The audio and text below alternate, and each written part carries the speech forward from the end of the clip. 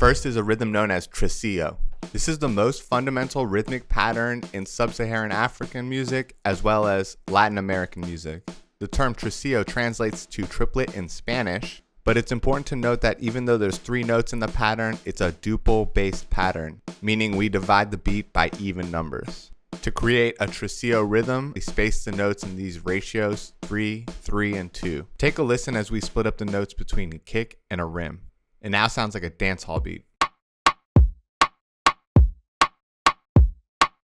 If you add a kick on the second beat, you now have the most fundamental reggaeton rhythm.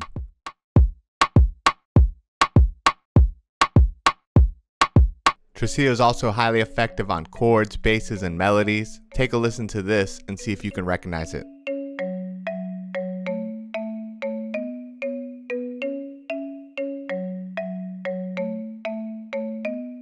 This rhythm works really well with your kick drum.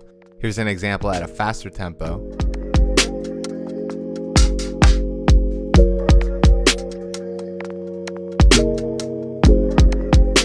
And this is what I like to call slow tresillo. The ratio of 3-3-2 is still maintained, but it's at a pace of 1/8 notes, so it feels slower.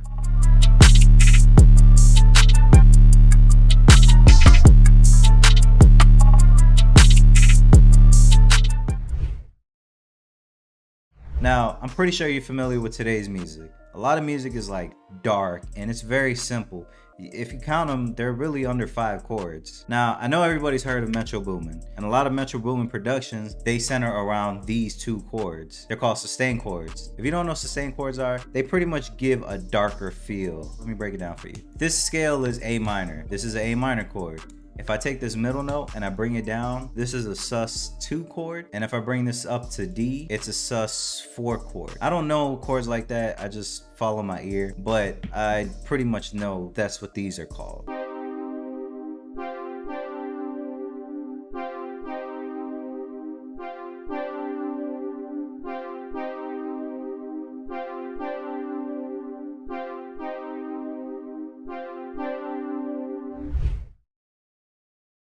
This is the cool part that I like about Ableton. There's a plugin out there amongst the internet and the Discorders that create music. It's the RC20s of the world. RC20 is one of those plugins that have everything built into it. But let's say you have Ableton, but you don't have RC20. There is a substitution. There's always a substitution. And so I think I ended up using this thing called Echo, and Echo, hilariously enough, you would be surprised that this one delay has the same principles as our RC20. So I'm gonna turn this all the way down, turn off the feedback, make sure the sync is off here for this particular thing here. And all I'm gonna do is I'm just gonna solo the chords, bass, and the lead that was just added. So we're gonna create some cool little textures with that.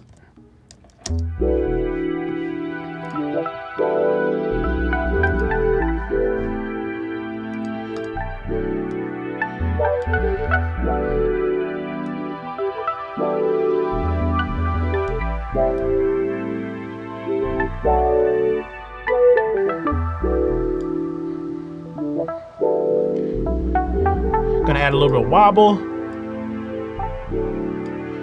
It's gonna be some slight wobble.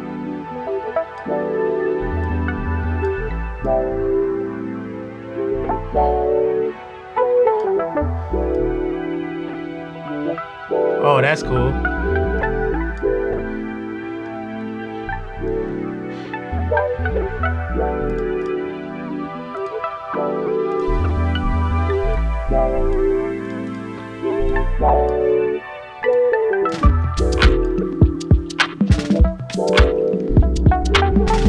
See those little intricacies right there, man? And that is the power of the second note, or rather they call it the third actually. Let's take these middle notes and bring them up. And now let's hear what they sound like after and before.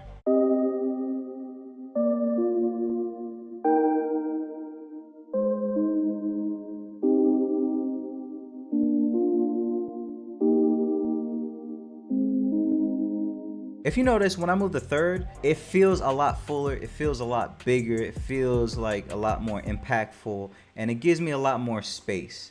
The reason being is because it's not stuck in one octave. It's more so spread out between 2 octaves rather. Try to just play around and adjust the voicing. And if you want to have like something even more drastic, let me add another note right here, another note right here, another note right here, and another note right here. Take the 3rd and the 7th and move them up an octave.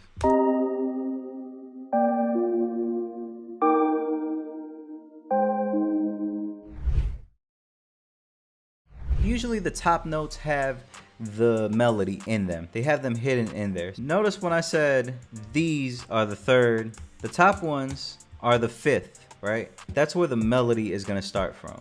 9 times out of 10, it's these 2 notes. Now let's look at this. I just have this gliding melody.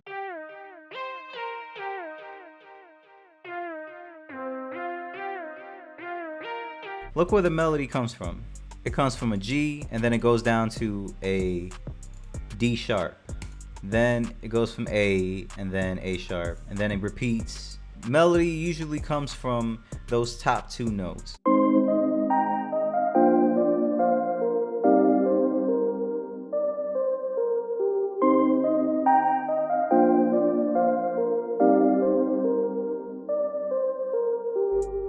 Let me bring this note down, this note down, this note down, this note down.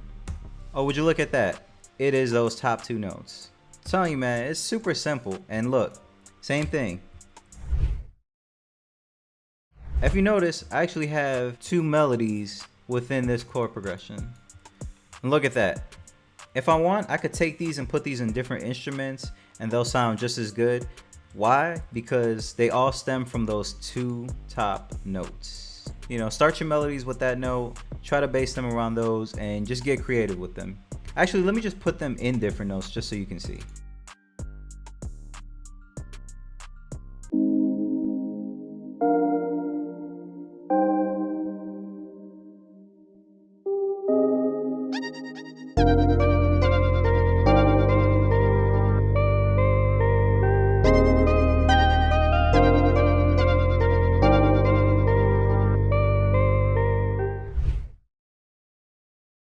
You can drag and drop samples into instruments like the mellotron. I like to juxtapose different types of samples and then crossfade between them.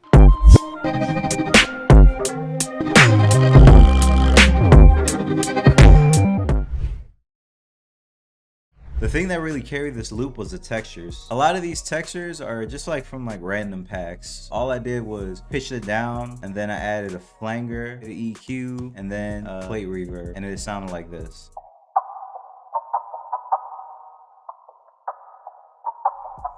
Just something super in the background.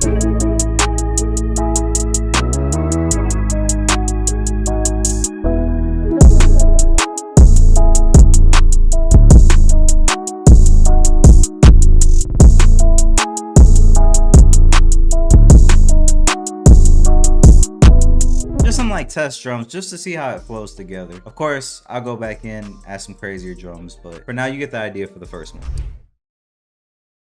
The second thing you could do is study songs. There's a ton of songs on all these playlists, all these Billboard records that have fire sound selection. So study those songs, go to Google, try to find any breakdown you can, any information you can about those songs. Watch deconstructive videos, watch breakdowns, whatever, and implement that stuff. Those are all proven formulas that work. So before I can actually explain to you guys what musical direction is, I have to explain to you guys steps and leaps. This right here is a leap. This right here is a step. The reason why this is a leap is because there's a gap right here and it passes an extra note in the middle. As opposed to over here, the notes are right next to each other. Hence, steps and leaps. So now that you got that concept, steps and leaps, when you combine them together, they bring the melody up and down, kind of like a roller coaster. So just like the melody that I was singing, it goes up and down and then it has a musical direction.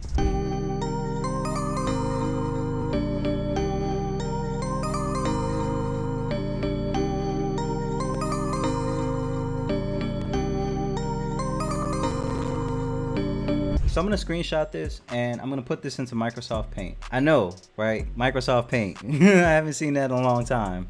So let's change the color. So let's break down the bass line. So it goes straight and then goes down and then it goes up and then it goes up, and then it goes straight, then it goes down, then it goes up, and then it repeats. Same thing for the chords. Look, okay, let's break down the top line melody. Up, down, bam, down, up, boom, boom.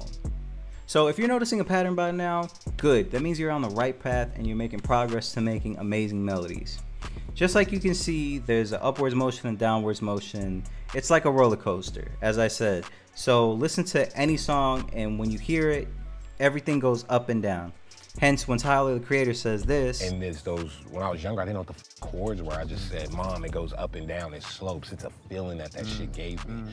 And the music I like all have that. This is exactly what he means. Also, don't sleep on Analog Lab. It's probably the best way to use V Collection. You can browse all the presets and then go in and edit the presets if you need to. I used Analog Lab to hone into this SQ80V preset, which I then customized. The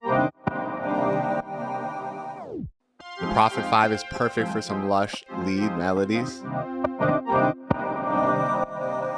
Used augmented strings in Korg MS-20V to add these mellow layers.